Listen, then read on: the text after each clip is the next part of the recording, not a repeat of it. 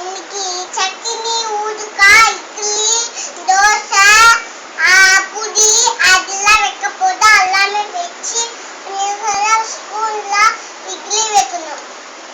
இந்த கட்டில இட்லி வைக்கணும்.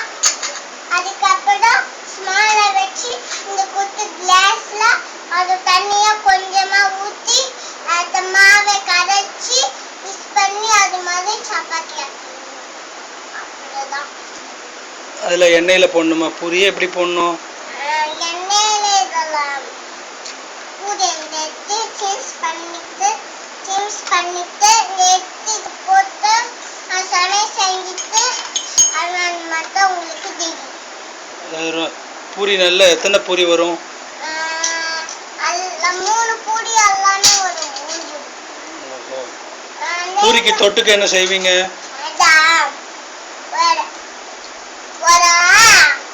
மூக்கல்ல போட்டு வெள்ளையா அதை போட்டு ஒரு தொட்டுக்க போட்டு அந்த பூரி கூட சாணம் வச்சுட்டு அதுக்குள்ள உங்களுக்கு இங்க ரெடி. அந்த தொட்டுக்க என்ன பேர் அதுக்கு? மூக்கல்ல போடுறீங்களா? அதுக்கு பேர் என்ன?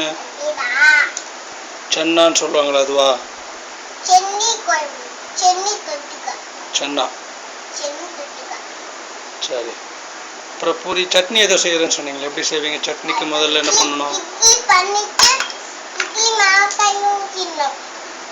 மாவு தண்ணி ஊற்றிட்டு நீங்க அடுப்பே பற்ற வைக்கலையே? பற்ற வைப்பேன். நீங்க அடுப்பு பற்ற வைக்கணும். அடுப்பை பற்ற வச்சுட்டு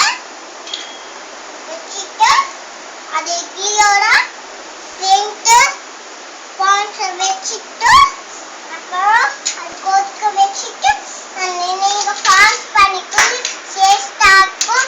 அப்புறம் கொஞ்சம் கொஞ்சமா டீ பண்ணி உங்களுக்கு தேவையான அளவுக்கு அந்த இட்லி சட்னி இது தொட்டுக்க அப்புறம் எல்லாமே போட்டு சமைச்சு எல்லாம் உங்களுக்கு தேவையான அளவுக்கு அதுக்கு ரெடி.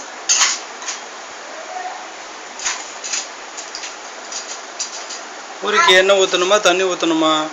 தண்ணி ஊற்றி பண்ணி மெசிஞ்சு பசிச்சு எல்லாமே போஸ்ட் பண்ணி சுன்னு ஆக்கிடணும். அப்புறம் எண்ணெயில் போட்டு பொரிக்கணுமா? எவ்வளோ எண்ணெய் ஊற்றணும்? கொஞ்சமா ஊற்றணும். அதுக்கப்புறம் நிறைய ஊற்றணும். ஓஹோ, ரொம்ப நன்றி.